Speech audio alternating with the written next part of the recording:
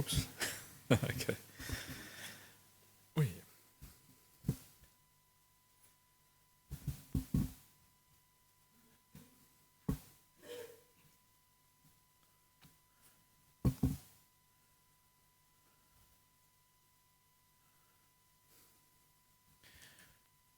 Okay, everyone.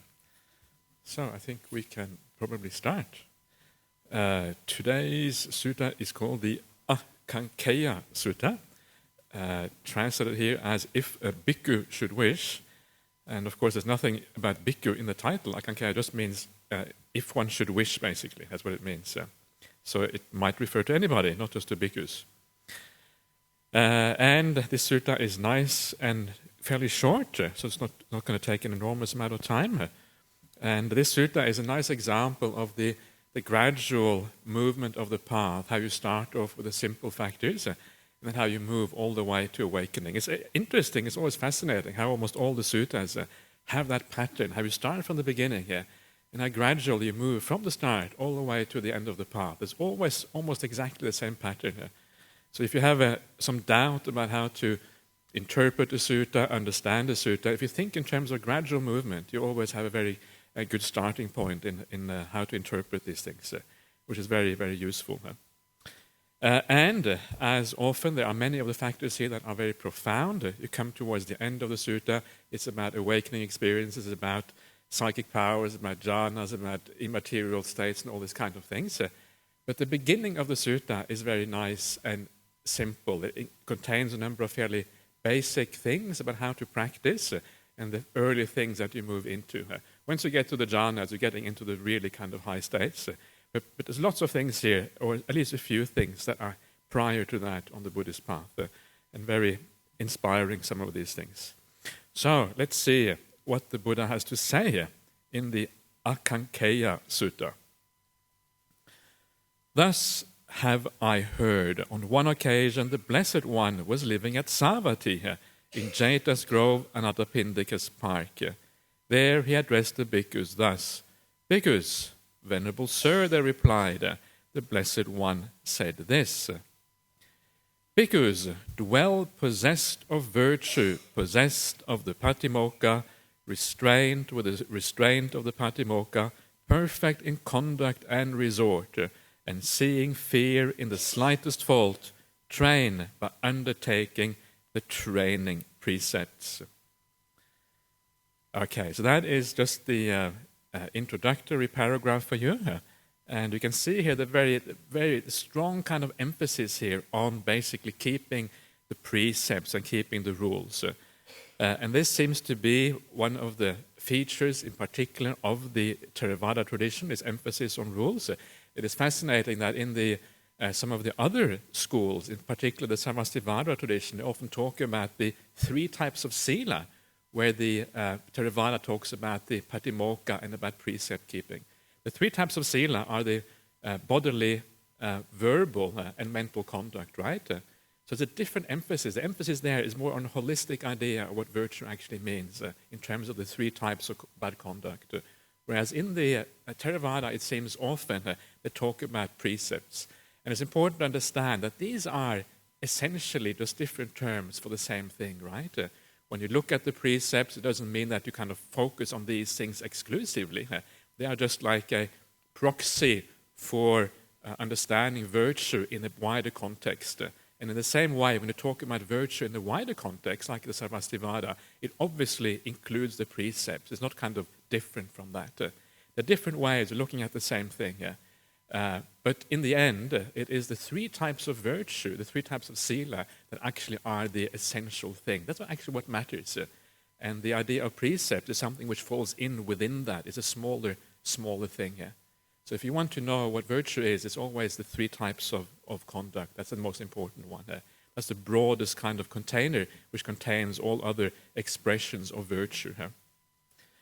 So, dwell possessed of virtue, possessed of the patimokkha. The patimokkha, of course, is the rule of training rules found for the monks, the bhikkhus, and also the bhikkhunis. The bhikkhunis have their own patimokkha, slightly different from the monks, but also in large parts overlapping with that one. So you are restrained by that. This kind of holds you back, right? This idea of the patimokkha. You don't transgress it, so it holds you back in many ways. And then it has perfect in conduct and resort. So what does that mean? What is the idea here? And the idea, the word for conduct here is achara, and achara means something very similar to sila. It means how you conduct yourself. So basically it refers back to sila again. So you're perfect in sila. Sampanno here means either perfect or it means endowed with, either one of those. So you perfect your virtue. This is essentially what the meaning of that is, of conduct there. You could perhaps also extend it a little bit in more kind of the deportment of a monastic, that you behave in a way that is appropriate for a monastic, but in large part that comes under sila anyway. It's part of the sakyas and those kind of rules. So conduct is really nothing but sila here. And resort, now this is an interesting word. The Pali word here is gochara. And gochara, quite literally, go means cow, right? I think it's actually related to the English word for cow, go. And chara means a place where you hang out. It's where you walk, basically, where you are. So this is the kang hangout. That's what this is. And the cow hangout, of course, is the pastures, right? The pastures is where the cows eat their grass and where they live their lives. So the root meaning of this word, gochara, is actually just pastures. That's what it actually means. So what are the pastures then for a monk or for a nun or indeed for a layperson? And these pastures, it depends on what aspect of that your training you're looking at to know what are the pastures. So in meditation, they say in the sutras that the gochara in meditation practice is a satipatthana. That's the pasture. That's where you hang out. That's where you are, right? Everything else fades away except for the meditation object of the satipatthanas. But in a broader context, for example, you have the pastures is also about who you hang out with, who are your acquaintances, who are your friends, who are the people that you deal with in daily life. And for a monastic, there are a number of types of people which would then be considered inappropriate to have socialize with. And these, of course, are people that are, in particular, people that are considered immoral. People are, bandits or thieves, or people who are gamblers or whatever. Another classical case are prostitutes. Would be inappropriate for a monk to hang out with. And of course, there are many reasons for that. One of the main reasons is if you hang out with the wrong kind of people, you get influenced by that, right? We all know the idea of the Kalyanamitta as one of the foundations of the Buddhist path. Is precisely because you get so influenced by the people around you that who you're with actually matters so enormously. It takes us always back to the saying of the Buddha, the holy life is Kalyanamitta is 100% of the holy life. That's how important it is. That's how conditioned we are by the people around us. And Ajahn Brahma always likes to say that he brainwashes people. And basically that's what this is about, isn't it? You hang out with the right people, you get conditioned in a certain way. That's basically what brainwashing is. And if you hang out with the wrong people, you get brainwashed in the wrong way. So that's why you avoid all these other people. That's the gochara, is where you hang out, who you're with, who your friends are, who your acquaintances are. And you could extend that also to places, not just to people.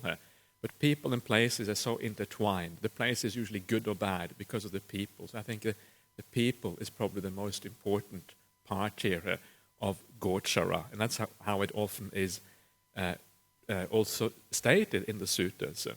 So the gochara is the resort. It is the what you do with yourself, basically.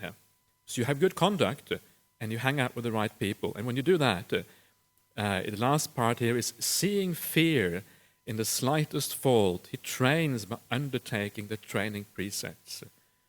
So the way it is phrased here, it seems to be saying that because you see fear in the slightest fault, because of that, you undertake the training precepts. The way it is translated, that's how it actually comes across. Seeing fear in the slightest fault, he trains by undertaking the training precepts. But actually the Pali doesn't necessarily make that connection at all. There's two different issues here. One is seeing fear in the slightest fault, and the other one is trained by undertaking the training precepts. And actually it matters. That little distinction actually is important. And it is important because sometimes training in the precepts is not enough, right? Training in the precepts just gives you a framework for what you should do. Certainly, if you don't transgress those things, then there are many wrong things you won't be doing, which of course is good. But the point is that there are many bad things you can still do, even if you keep the precepts. And particularly in Buddhism, where the idea of the conduct of the mind is so important, the mental sila is so important. And mental sila is never captured by precepts, never captured by rules. And so this is part of seeing danger or fear in the slightest fault, that you understand that even your mental conduct actually matters. So this is broader than precepts. So this is, I think, an important point to always keep in mind.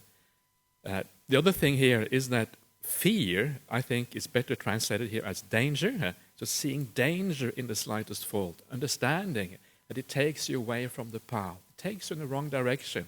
It kind of sullies the mind. It does things which are, it basically takes you in the wrong direction. So when you keep that in mind, when you understand the danger in these things, it's sort of, even in the slightest things, then gradually, you get yourself in the right direction. Very interesting, this idea that you see danger in the slightest fault. You don't think, oh, that's a small thing, it's fine. No, you don't think like that. You think, okay, how can I overcome even this problem in the future? And then what you do is you undertake the training precepts on that basis. And this, of course, then would mean the Patimokkha rules for a monastic, and then for whoever else, it would then depend on what you do. It would be whatever precepts you undertake in your life. So this then is the starting point. And in the Pali version here, we see that this is like the framework for this sutta. And when you come to the end of the sutta, this paragraph is repeated.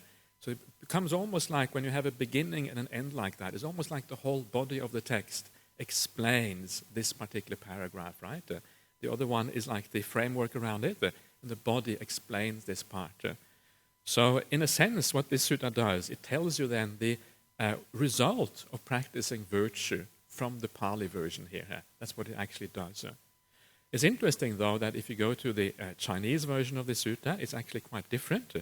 And it lacks this particular paragraph.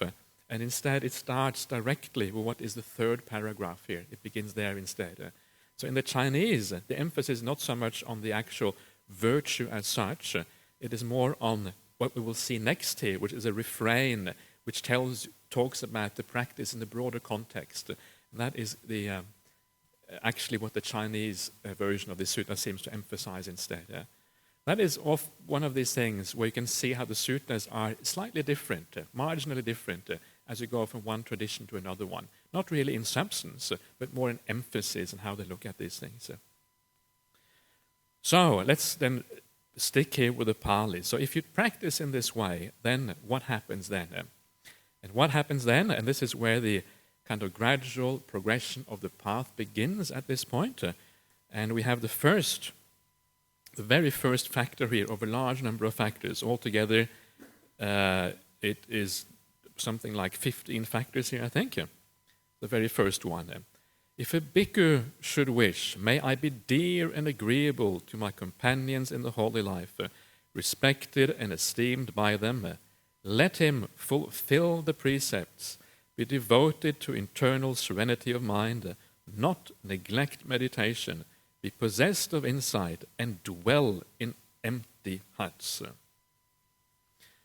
So the first part here, these are the things that you are wishing to obtain in your holy life, right? May I be dear and agreeable, that's the first one here. And then it goes on all the way to the destruction of the asavas, to arahantship at the end. That's the first aspect here. The second aspect is what you need to do to get these things. So we have already seen the paragraph on virtue, and now the path is explained in much more detail here. Let him fulfill the precepts, be devoted to internal serenity of mind, not neglect meditation, be possessed of insight, and dwell in empty huts. This is what we should do. So this is the practice. So the first one here is let him fulfill the precepts. Now already here we can see here the importance of actually reading the Pali, because what is translated here as precepts is actually sila in the Pali. And to me, it is not all that satisfactory to translate sila as precept, because precepts usually in the Pali are sikkhapada, right? You take the precepts, you take the sikkhapadas as you practice. But here, it's not really about sikkhapadas, it's about sila, it's about conduct really in a larger sense. And this is really the root meaning of sila, is conduct, behavior, how you actually are. And again, like I just said before, there is this important distinction between conduct as a general term and precept as a very specific thing which relates to particular instances of conduct. Conduct as a general term of sila covers everything. It covers right speech. Even things that are not mentioned in the precepts are covered by conduct in the broader sense. So a classic example, which I like to mention, if you look at the Patimokkha for the bhikkhus and the bhikkhunis, you actually find that there are certain aspects of, if you torture somebody, it's actually not covered by the precepts. You cannot kill living beings. You cannot hit a fellow monk or he hit somebody. But if you kind of torture them in a more refined way, it's not covered by the precepts at all. So you can get away with some very unwholesome conduct, even if you keep the precepts. And this is the thing, you will see this is true throughout. There are so many loopholes. Once you fix things into a legal system, there are lots of loopholes there, things that fall through the system which aren't caught by it. That's why it's so important not to focus exclusively on precepts, but actually think, what is the mental state here? What is the mind like? What am I actually saying? What am I actually doing? Am I doing what is right? Am I doing what is kind? Or am I doing what is bad? So the precepts are just like a guideline for when you lose your sense of clarity or something is very difficult to understand. But this is really the broad aspect of virtue. Very important to keep that in mind. And of course, not only the other thing which distinguishes here precepts from sila, not only is sila broader and it captures many things which precepts don't, but also sila has a positive side, right? There's a good conduct. There's do sila and su sila, and this is never captured by precepts either. So I think, and this you can see here, that sometimes when you rely on translations and you may not agree with the translator, sometimes little things like that can kind of fall through, unfortunately. So that is the first one. And then once your virtue is intact, you have fulfilled your precept. An important word here is the paripurakari, which is to fulfill. It literally means to fulfill. It's not just doing it, it's actually trying to complete it, whereby it becomes virtually perfect. This is really the idea here. So it has a very high standard of keeping good conduct.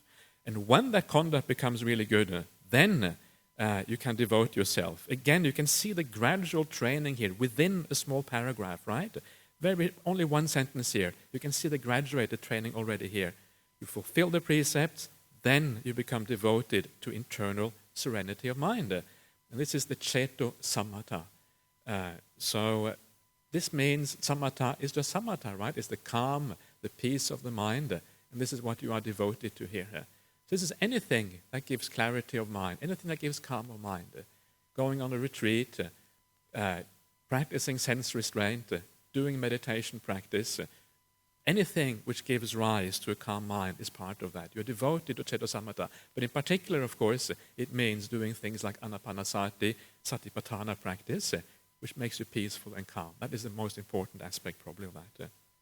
So fulfill the precepts, and you move on to satipatthana or anapanasati, one thing after the other. And then it has not neglect meditation, is the next one here, which is really not a good translation. The Pali here is anirakata jhana. Anirakata jhana, it means not neglect. Jhana, that's quite literally what it means. It also means, something more as well. It means also neither neglect jhana nor kind of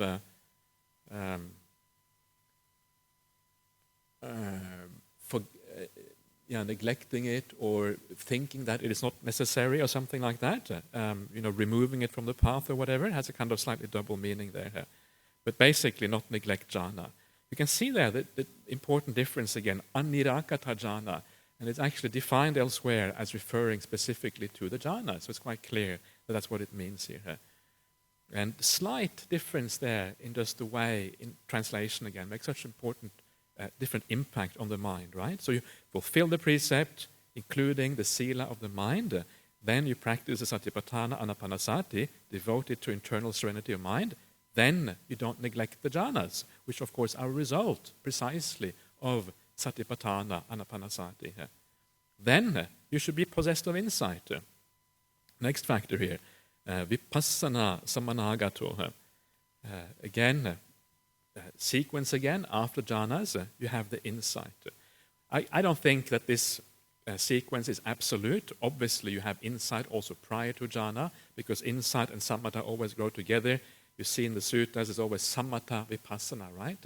You are calm. Because you're calm, you have more vipassana. Because you have more vipassana, you are calm. They're not different things, really. They grow together. But it's at this point that it becomes really powerful after the jhanas. And in fact, I must admit, I like the translation. I think I've said it here before as well. I like the translation of vipassana as clear seeing rather than insight. Because to me, insight is very similar to wisdom, right? To panya. Panya means you have understood something. You have wisdom about something. And having insight, to me, if you have insight into something, it means you understand it. It's very similar to wisdom. But vipassana is actually derived from the word to see. So I think clear seeing there, to me, seems to be very much to the point. You see things in accordance to reality, right? Clearly, accordance to impermanent suffering, non-self, and also whatever other clarity you have. As long as the hindrances go down, the vipassana increases. It's kind of inverse relationship between the hindrances and the vipassana you have. So you have hindrances less, clear seeing gets higher. And of course, it says here, of course, quite interesting as well, it says possessed of this clear seeing, possessed of vipassana.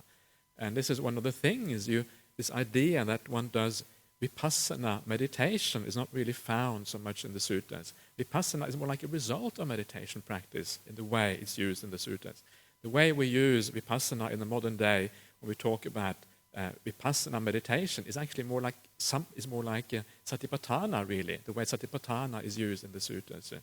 In the suttas, you don't really find that equation between vipassana and satipatthana in that sense.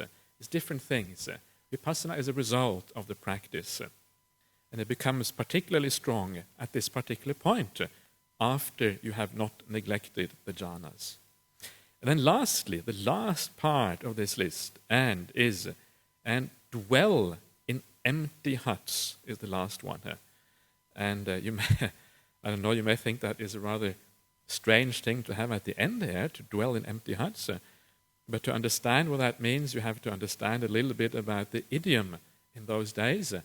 And the idiom here, the dwelling in empty huts, is actually just saying anybody who dwells in empty huts is somebody who is very kind of spiritually attained, right?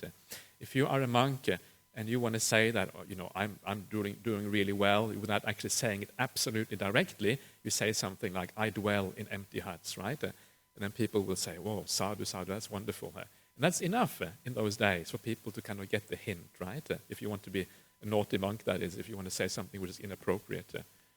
And in fact, it is so, the hint, according to the suttas, is so broad that if you say that to a layperson, if you have the intention of actually saying that you have some deep understanding or whatever, and you say, I dwell in empty huts, the hint is considered so broad and so obvious that you actually commit a parajika offense if you do that, according to the Vinaya.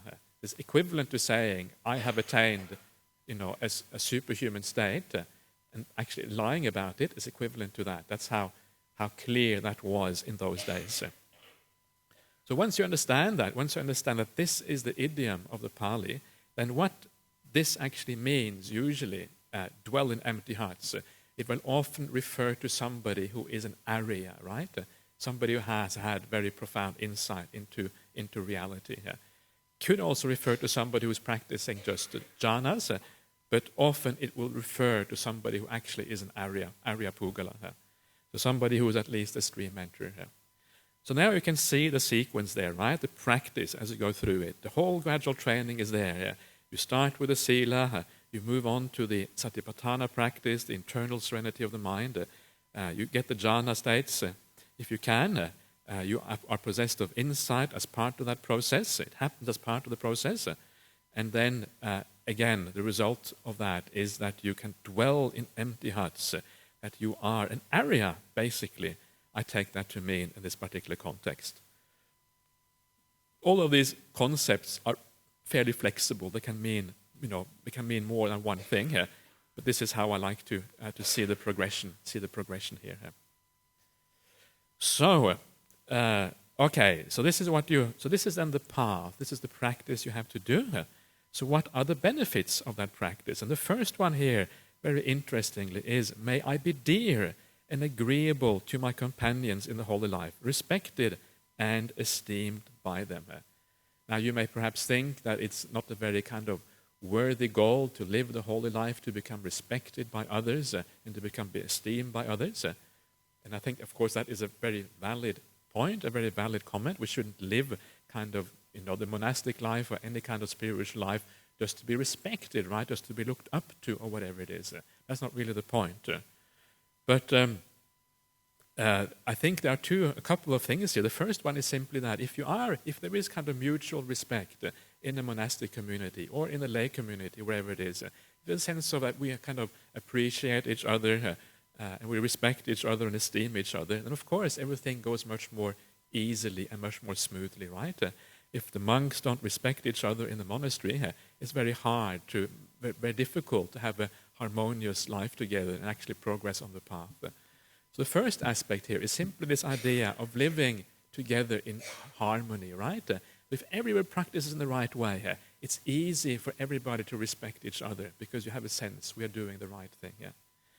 And the second thing here is simply the fact that although, ideally we don't practice to kind of gain big egos and to be respected by others, of course, if we do get other people's respect, it is a kind of a benefit, right? Everybody wants to be esteemed. Everybody wants to be respected by other people. Everybody wants to have a good name. Everybody wants these things. So it is actually a kind of benefit after all.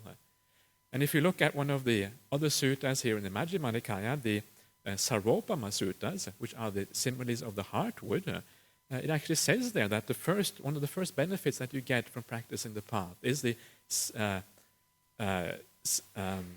Labha Sakara Siloka, which is basically gains, honor and fame. This is one of the first benefits.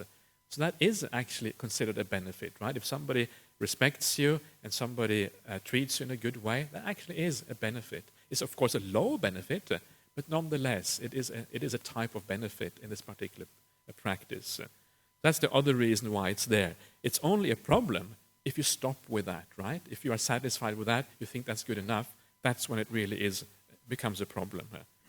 But the mutual respect, I think, is actually quite important and useful. So that then is the first benefit. And then you should not stop with that wish, but you should move on to the next wish. And the next wish here is, if a bhikkhu should wish, may I be one to obtain robes, alms food, resting place, and medicinal requisites. Let him fulfill good conduct, be devoted to internal calm of the mind, not neglect jhana, be possessed of clear seeing, and dwell in empty huts.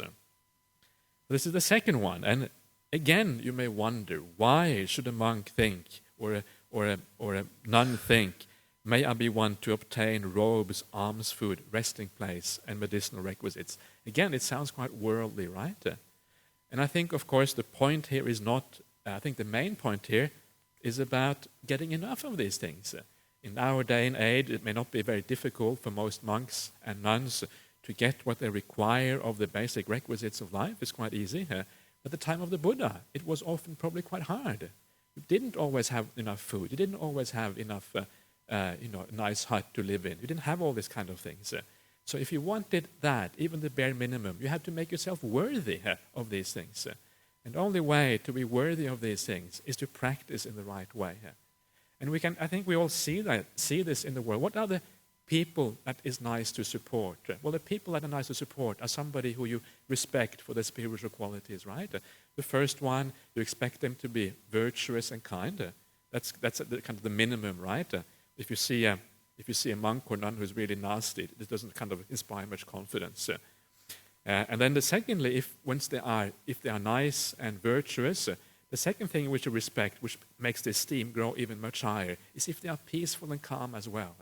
They have obviously gotten somewhere in the meditation practice, right? And then beyond that, if they, not only are they peaceful and calm and nice and kind, but they also have great wisdom as well. This is the insight part. Then you really respect people. And of course, I think many people would agree it's very easy to give it to somebody when you respect them for the spiritual qualities. It comes very naturally. So if you want to be worthy of people's offerings, then you practice in this way. And then they tend to come, right? Then things tend to happen by themselves. And you have seen this. And one of the wonderful things you see in the West with the establishing of the monasteries in the West, initially people were very skeptical. Certainly here in Australia it was the same thing. Although I wasn't here from the beginning, you hear the stories. People are very skeptical. And after a while, when people see that you're practicing the right way, support tends to come, right? And eventually it blossoms and becomes very beautiful and very powerful because of that. So often you just have to be that example. You have to show that you are doing the right thing, and then things tend to happen by themselves. So it's not about, may I obtain huge amounts of massive kutis and large amounts of silk robes and that sort of stuff. I don't think that's the point here. Although you can see why people might want that, I don't think that's what this actually meant in this particular passage. So, still we are on very basic things here, very basic things, but you can see that these are important, because without these basic things, the spiritual life doesn't really work, right? So these are there as foundation stones, mutual respect, enough requisites for the thing to work. So the next one. If a bhikkhu should wish, may the services of those whose robes, alms, food, resting place, and medicinal requisites are used bring them great fruit and benefit. Let him fulfill good conduct, be devoted to internal calm of the mind, not neglect the jhanas, be possessed of clear seeing, and dwell in empty huts. So, I don't know about you, but I find this one very, very beautiful. You think about the people who help you out, and then you think, my practice is actually to help these other people who support me. Isn't that a wonderful thing? You are actually there, you think about these people, so it becomes, in a sense, your practice becomes an act of generosity, right? You think, may this help these other people. Not only is it generosity, it's also a sense of metta, a sense of compassion in that. And you can see how your meditation practice, if you think like that, how powerful it must become, right? I'm doing this not just for myself, but because it actually helps all these other beings around me. When I do this, their offerings become more powerful because they're giving to a good person who's practicing the right way. And then you think, every step you do on the walking path, every time you sit down, you are making this into an offering of other people. Often we think of the act of generosity as being something that lay people's practice. And of course, there is a reason for that, because for monastics, it's not so easy to donate things or material things in particular. But there are other ways that monastics can, be generous. One, of course, is to give Dhamma teachings.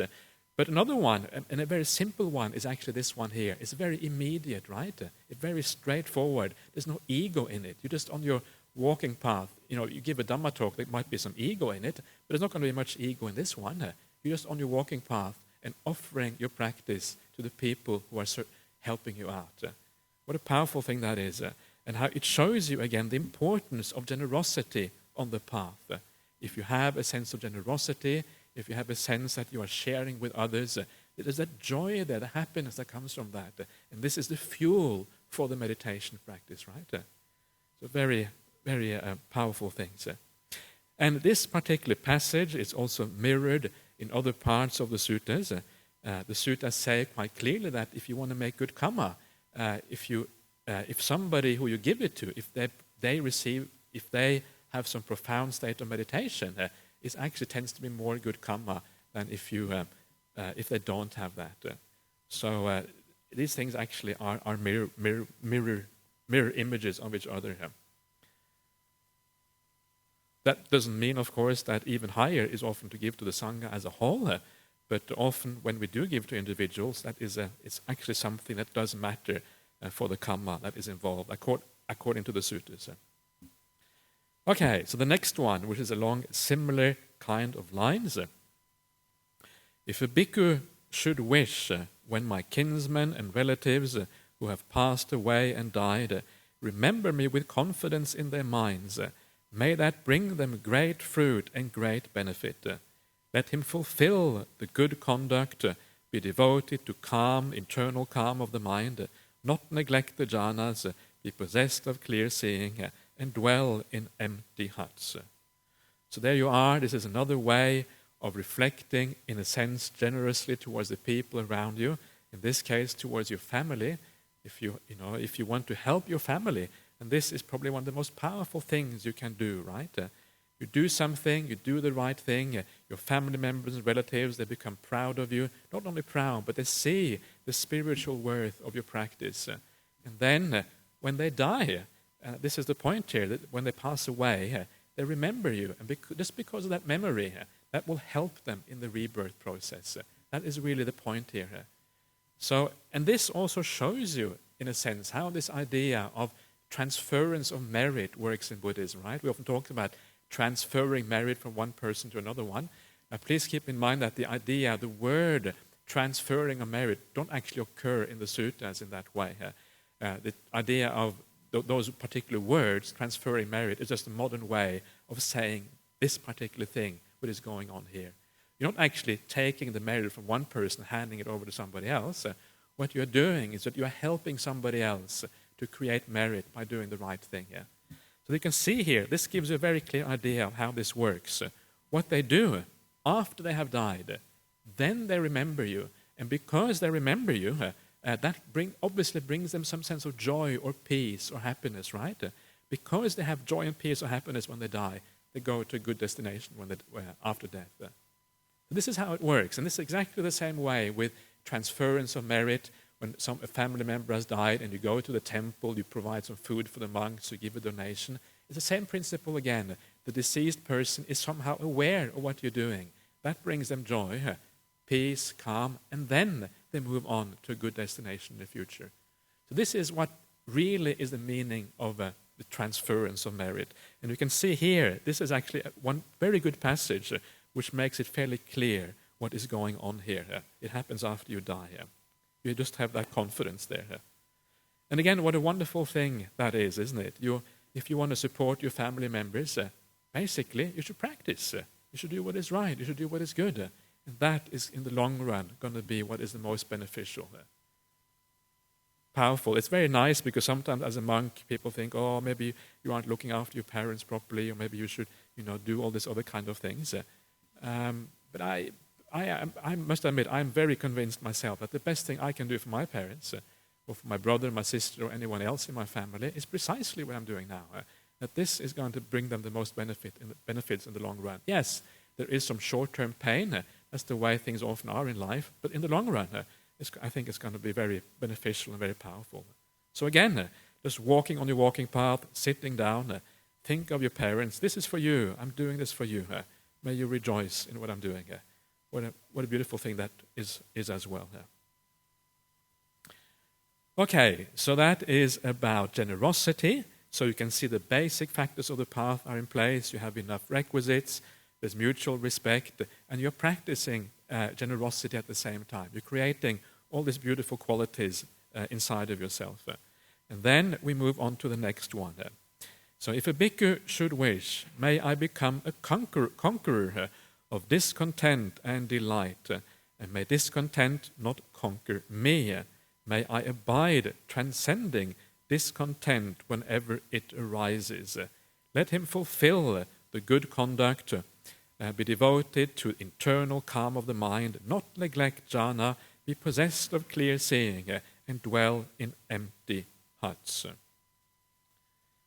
So here we have this idea of discontent and delight, and the Pali word for discontent is arati, and for delight is rati. So these are the two words here. And it's interesting here how rati is usually a very positive word in Buddhism. You delight in the Dhamma, it's called Dhamma rati. You delight in the jhanas, Dhamma jhana rato. We have a monk who's called jhana rato in the monastery here. So this rati often has a very positive connotation in the suttas. Sometimes it also refers to delighting in worldly things, delighting in power, delighting in possessions or whatever, but very often it's positive. So it's a little bit strange that it actually occurs here. It's possible, but it's a little bit strange. And if it does actually belong here, then it must mean the delight in worldly things. Because according to the suttas, even the arahants delight. Even the arahants had rati. They delight in like liberation or these very high things. So even the arahants have delight. So if delight belongs here, it must refer to the worldly kind of delight. But perhaps it doesn't belong, and you will see that in the next phrase just after here, it just has discontent. May discontent not conquer me. It doesn't say anything about delight anymore. And the last one is transcending discontent. And in the Chinese version of this sutta again, only discontent is mentioned, not delight. So it is possible that the meaning here basically is just discontent, arati, and the delight doesn't actually fit quite well here. So my guess is that that is the case. So if we look at it in that way, then may I conquer discontent, whatever it arises. And of course, in the monastic life, this is very important. It's very easy to look outside, look at the world, and to think how nice it would be to have a nice relationship and a nice house and in a nice place in the forest, so I can do meditation in the forest, right? That's how the mind usually works. I could have it kind of away from everybody else, so I could kind of combine my spiritual life with all these other things. And this is very easy to fall into these things. And this is basically the root of discontent, right? You're not 100% happy with what you have here and now. What you have here and now is not 100% good enough. But if you come to the point, and this is one of the, again, basic things you see on the gradual training for the monastic, the contentment, it comes quite early on the path. It's just to be satisfied with the monastic life. This is good enough. In fact, it is very good. It's very freeing. It's very beautiful. And you have to remind yourself of how the obstacles that you often find in lay life compared to the freedom in monastic life. And when you get into that idea, then you get to the point where you find yourself 100% content with the monastic life. This is beautiful. You don't want anything else. And of course, when you find that contentment, it means that desire and aversion, these two things that we try to overcome as the two main hindrances, it starts to subside very drastically. It's not so important anymore. So this contentment, this initial contentment, but being happy by just being a monk, is one of the kind of the root things that makes the whole practice become very easy in one sense and go quite smoothly after that. And it's not just for monastics that you have to have this contentment. This contentment is equally important in lay life. If you think about, I would like to live somewhere else or go somewhere else or do something else or have a different partner or whatever, that stuff is endless, right? Be happy with what you have. This is good enough. I don't need anything more. This is fine. And once you find that contentment with what you have, and you're not actually searching too much outside, then it brings down, again, those main defilements a lot, and everything starts to fall into place in your practice as well. You can actually start to become peaceful. This is obviously more important probably in monastic life because it is a bit more restricted than lay life, but either way, I think it is very important. So here you can see you are gradually moving along, right? You're doing the things for the right way with generosity towards others, and here you are starting to abandon the defilements through being content with what you have. Being content with what you have takes a bit of kind of wisdom, right? You have to think about things in the right way. If you don't, not intelligence. Intelligence is something completely different. This is about wisdom. When you think about things in the right way, then you become content. You understand that this is what is really truly worthwhile in life, and then things become nice and peaceful. So that is the discontent. So again, if delight here, rati, is also to be included, then that would be the opposite of the discontent. That would be the taking delight in worldly things. That, of course, also gives rise to desire, and sometimes the irritation and anger, and all, etc., etc. So in that sense, it can be included in this particular paragraph. So we're moving here towards more refined states of mind, more and more deeper sense of peace, deeper sense of calm, and as we shall see, this is just the development of the path, basically. The next factor here, if a bhikkhu should wish, may I become a conqueror of fear and dread. May fear and dread not conquer me. May I abide transcending fear and dread whenever they arise. Let him fulfill good conduct. Be devoted to internal calm of the mind, not neglect the jhanas, be possessed of clear seeing, and dwell in empty huts. So here, fear and dread. Why does this come up at this particular point? And the reason is because after this one comes the 4 jhanas. So fear and dread, usually in the suttas, if you want to have success with the 4 jhanas, you have to go off somewhere secluded, right? This is the kind of classical thing in the suttas. You go to a secluded place. But secluded places are often also a bit frightening, right? If you are in the forest by yourself, far away, 1 kilometer from perhaps the nearest person, and you see people only once a day on your arms around, and at night time you hear the kind of the branches, you hear the leaves rustling, you hear some animal walking past, or you hear the branches breaking or whatever. Sometimes you get startled, particularly if you have some defilements in the mind. It's very easy to imagine things which aren't there. Sometimes at night I can hear the kangaroo walking past my kuti, and sometimes they sound just like a human being. Sometimes they walk at that, you put the front feet down, then the feet afterwards, step, step, step. Who is this? Step, step, step. And that's what happens, right? This is just the mind playing games with you. And this is what happens simply because of the solitude. And of course, Bodhinyana Monastery is a very, very easy place to live because the Arcut is not far away.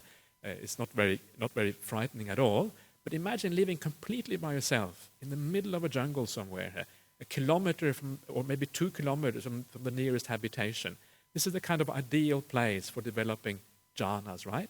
It can be quite frightening.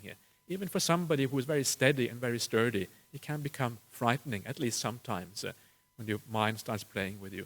And of course, the interesting thing is that if you go to the Bhaya Bhairava Sutta, and that is exactly the meaning, fear and dread here, are translations of those words, Bhaya Bhairava, which is in Majjhima Nikaya number 4, that's where the Buddha talks about his own practice.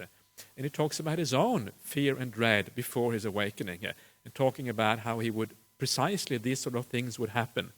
He would hear the wind, hear things, and then he would get fear and dread arising. So even the Buddha had that. So it's not some kind of, you don't have to feel kind of bad or feel like you have failed because you have some fear and dread arising. Rather, this is pretty natural. Even the Buddha had that problem when he was practicing by himself. So you have to overcome that. And of course, part of that overcoming, I think, is also the overcoming of the hindrances. When the hindrances subside, fear and dread subside. So these things go together. As long as there is desire there, you fear for your life, you fear for something, then fear and dread will arise. If desires are completely gone, there's really no place for fear and dread to arise anymore.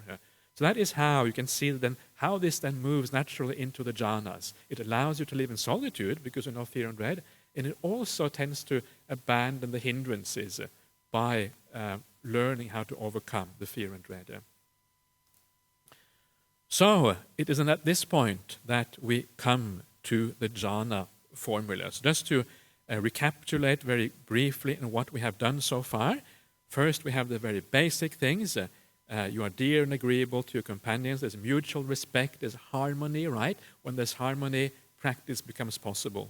You have the requisites you require. That also makes practice become possible.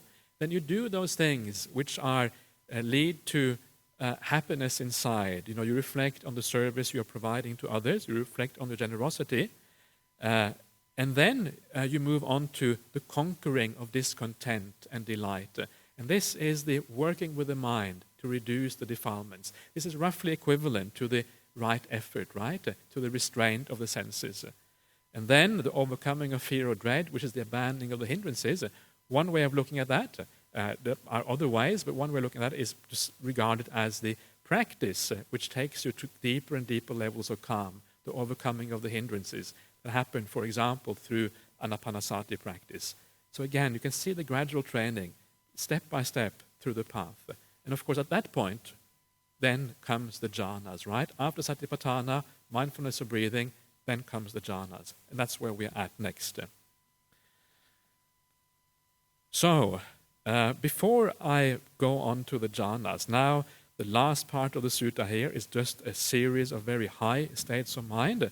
And I don't intend to spend too much time on that because we have gone through these things before. And although many of them are very interesting as such, I think the most practical part we probably have seen so far. And I like to be practical. I like to do things which inspire people, not just theoretically, but actually practically. So I will go through this fairly fast. But maybe, are there any questions on what we have done so far before I move on to the last part here? Is everybody happy with what we have done? Yeah? Clara, yeah? Okay. Everybody good? Yes, Nick. The part about, you mentioned about how a bhikkhu, about empty huts. You mentioned something about how it comes into prajikas. Can you just expand on that a little bit? On the empty huts? Yeah, you said about it being a claim. Just to clarify that. Yeah, sure. Okay. Well, it's just that one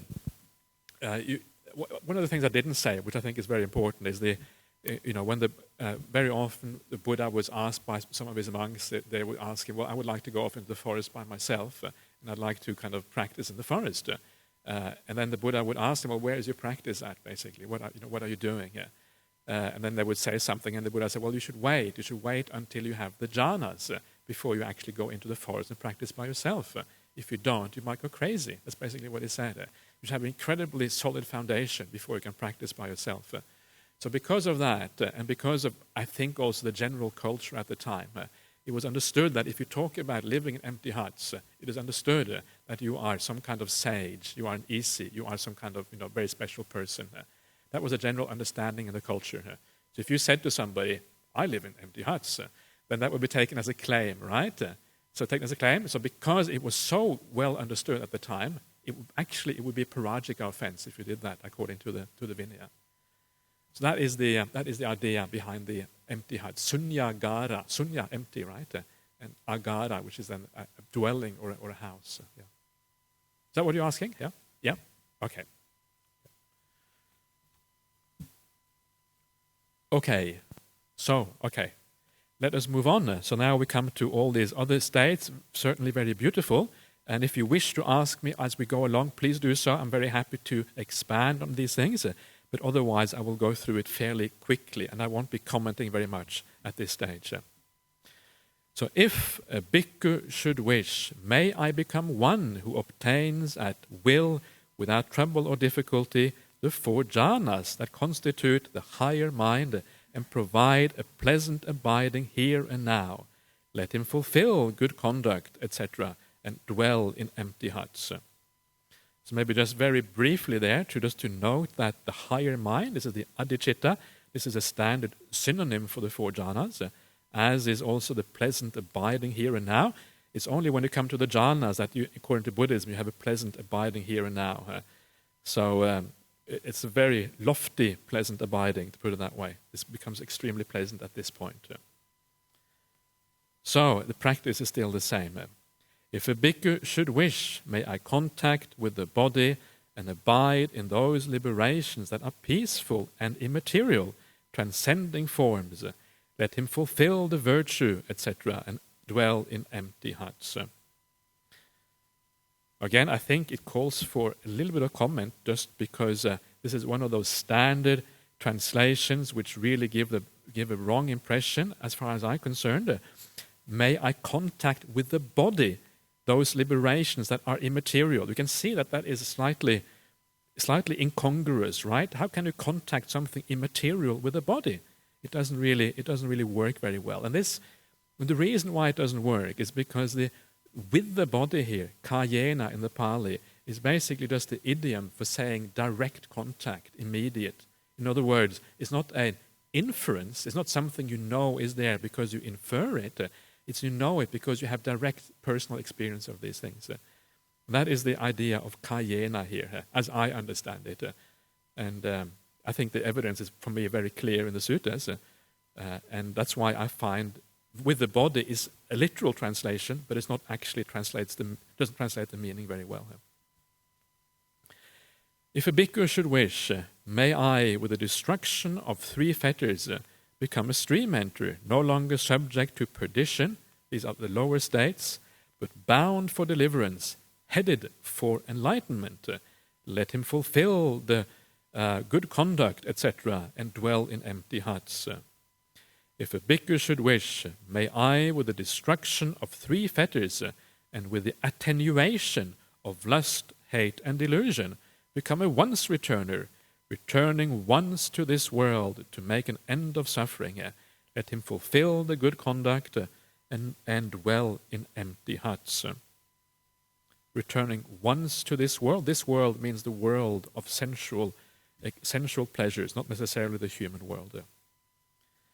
If a bhikkhu should wish, may I, with the destruction of the 5 lower fetters, become due to reappear spontaneously in the pure abodes, and there attain final nibbana without ever returning from that world.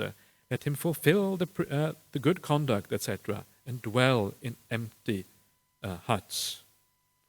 If a bhikkhu should wish, may I wield the various kinds of supernormal power. Having been one, may I become many. Having been many, may I become one. May I appear and vanish. May I go unhindered through a wall, through an enclosure, through a mountain, as though through space. May I dive in and out of the earth as though it were water. May I walk on water without sinking as though it were earth.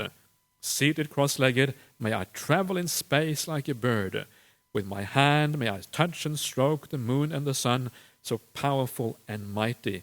May I wield bodily mastery even as far as the Brahma world. If you want to do all that sort of stuff, then fulfill the good conduct, etc., and dwell in empty huts. If a bhikkhu should wish, may I, with the divine ear element, which is purified and surpasses the human, hear both kinds of sound, the divine and the human, those that are far as well as near. Let him fulfill the good conduct, etc., and dwell in empty huts. If a bhikkhu should wish, may I understand the minds of other beings, of other persons, having encompassed them with my own mind. May I understand a mind affected by lust as a mind affected by lust, a mind unaffected by lust as a mind unaffected by lust.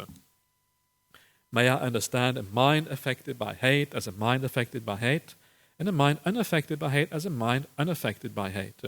May I understand a mind affected by delusion as a mind affected by delusion, and a mind unaffected by delusion as a mind unaffected by delusion.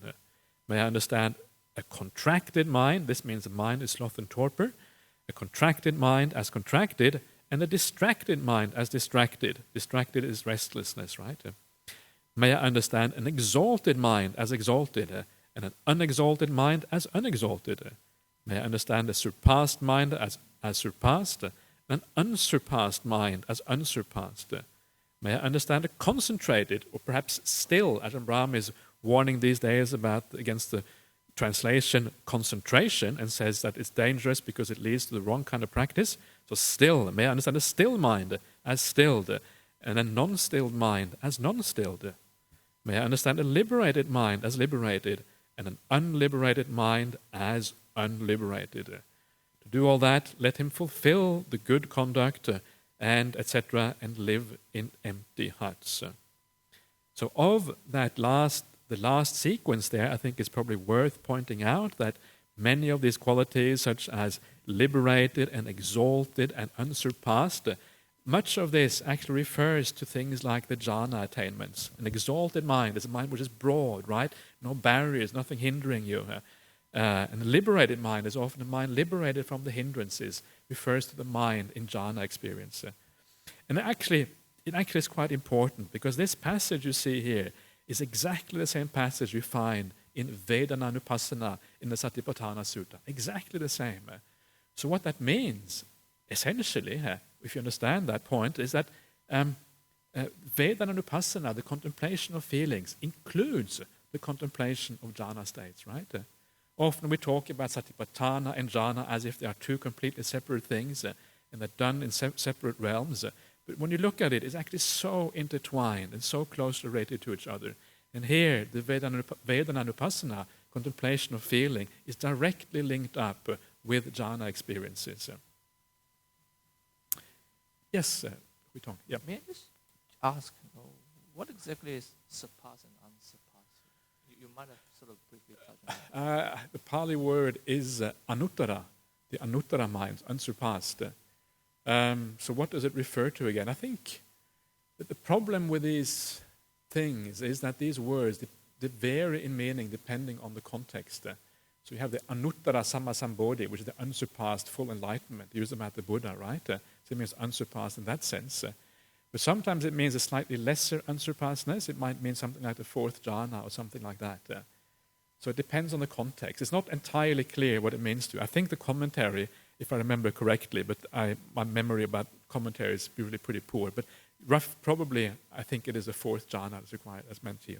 Yeah. Anuttara. Let me have a.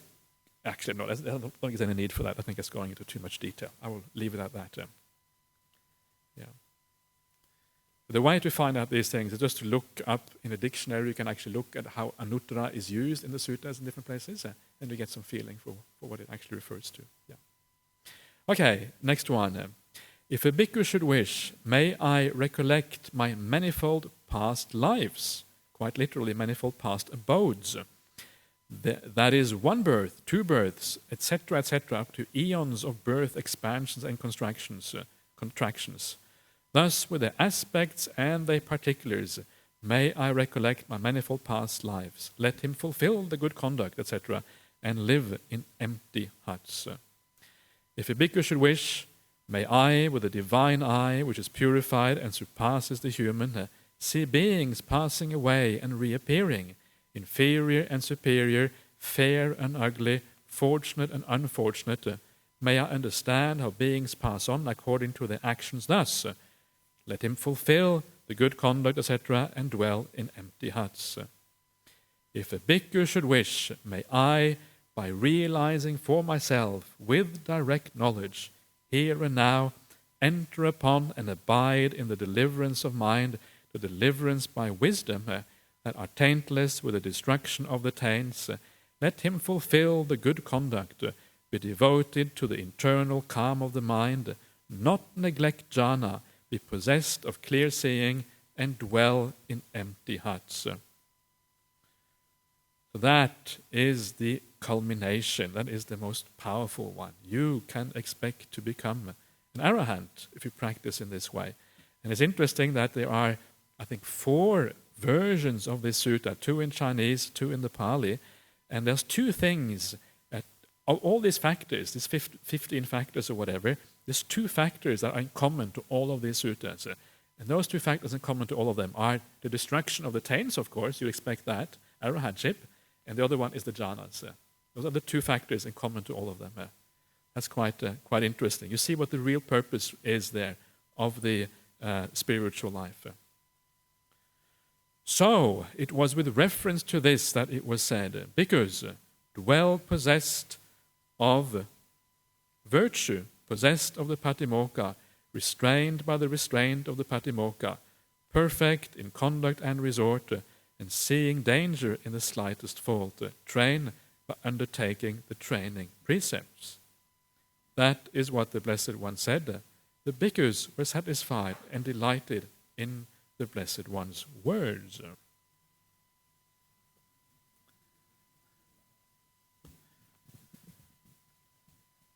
Okay, so everybody happy? Okay, yeah. Just one question. Please you. On an earlier thing, you talked about that they're talking about one's returner and to this world, and you said it's not necessarily this world. Yeah. So you could leave this life not from this world. You leave it from somebody else, some other world. What were you, a throwaway line? You said it's not necessarily this world. Yeah, what I meant is just that a once returner is somebody who comes back one more time to this world. What does this world mean? That was my point. And the meaning of this world, you might think it means the human world, right? That's what it sounds like. But it actually doesn't seem to mean that. It seems to mean the sensual realm. So even if you get reborn in some quite high heavenly realm, that might be enough. It's not terribly important, but it just means that you, instead of becoming back as a human, you can sort of chill out in a nice heavenly realm instead of having to come back to face all the suffering of human life. That was really the point. Yes. Yeah. Once returner is always added to Sutta heaven, according to the traditions, and waiting for the time, just for the last time.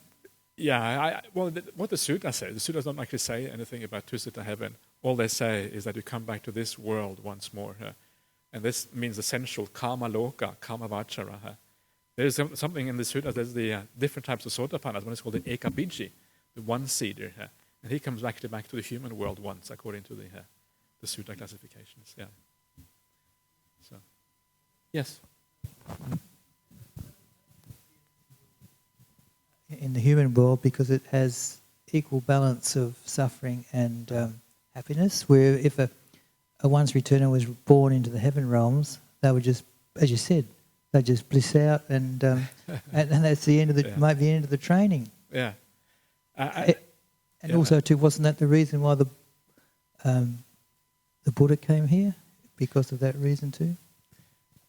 I think the answer to that, I know that many people say that, you get reborn in the human realm because the human realm is really good for attaining awakening, etc. That's what kind of often is said, but there is very little evidence for that in the suttas. I don't know where it comes from. Maybe it comes from the Tibetan tradition or something like that. Maybe they have some, suttas about these things.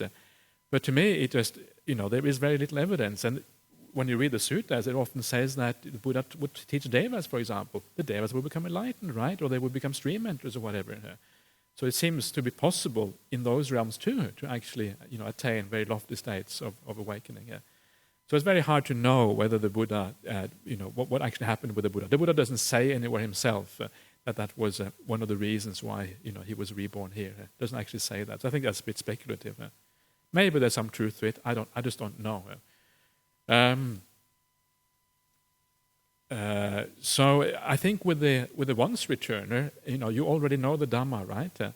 So because you know the Dhamma, you are already kind of fading away. You're kind of moving in the right direction. It's almost like an automatic process now, because you have right view. Right view has been internalized. You know the path automatically. So it's almost like you are fading away. So you can imagine if you get reborn in a blissful realm, you will just hang out there. You will be calm and peaceful, and you will slowly fade away. And then from there, you will be reborn in an even higher realm, right? Say in the Brahmaloka. And then in the Brahmaloka, you just slowly just fade out until you disappear completely. And that will then be the Parinibbana. One of the interesting things, we talk about stream mentors. There's a particular kind of stream mentor that is mentioned in the suttas called known as the Jnanagami in the commentaries. And that is a stream mentor who gets reborn in the jhana world because of mastery of the jhanas. And that stream mentor never comes back to any lower world at all, not any sensual world whatsoever. He just stays in the Brahmaloka and then slowly fades out until he attains the Parinibbana. And that is, again, because of the right view, right? The right view means that you tend to just fade out and disappear rather than coming back and doing actions that bring you back again. So I think that is why. For an ordinary person, it's a bit different, but for somebody who has right view, that seems to be how it works. Does that make sense? Yeah? Yeah? Okay, so we have one question here from Chris from Australia, okay? To dwell in empty huts, why does the hut need to be empty? Okay. Well, the idea here with empty huts is the main emptiness is emptiness of people, right? That's the main thing. Whether you have a few things in there probably doesn't matter. The idea is that you have an empty of people is really the meaning here. So you don't socialize. And this is what is one of the crucial aspects for attaining a deep state of samadhi, is that you are by yourself. You feel separated from the world, separated from the things around you. That's why it needs to be empty. Many suttas in the Anguttara Nikaya and all other places as well that say that if you delight in socializing, there is no way that you will be able to attain deep states of calm. You will be blocked from attaining jhanas, for example, if you delight in socializing. So the idea here is to move away from that delighting in socializing. It doesn't mean you cannot socialize. It just means you shouldn't delight in it. And one of the best ways of doing that is then to go into seclusion. Then you find out very quickly whether you delight in socializing or not. So that's what it means by empty huts. I hope that makes sense. Anything else before we call it a day? Okay, let's pay respects to the Buddha Dhamma Sangha.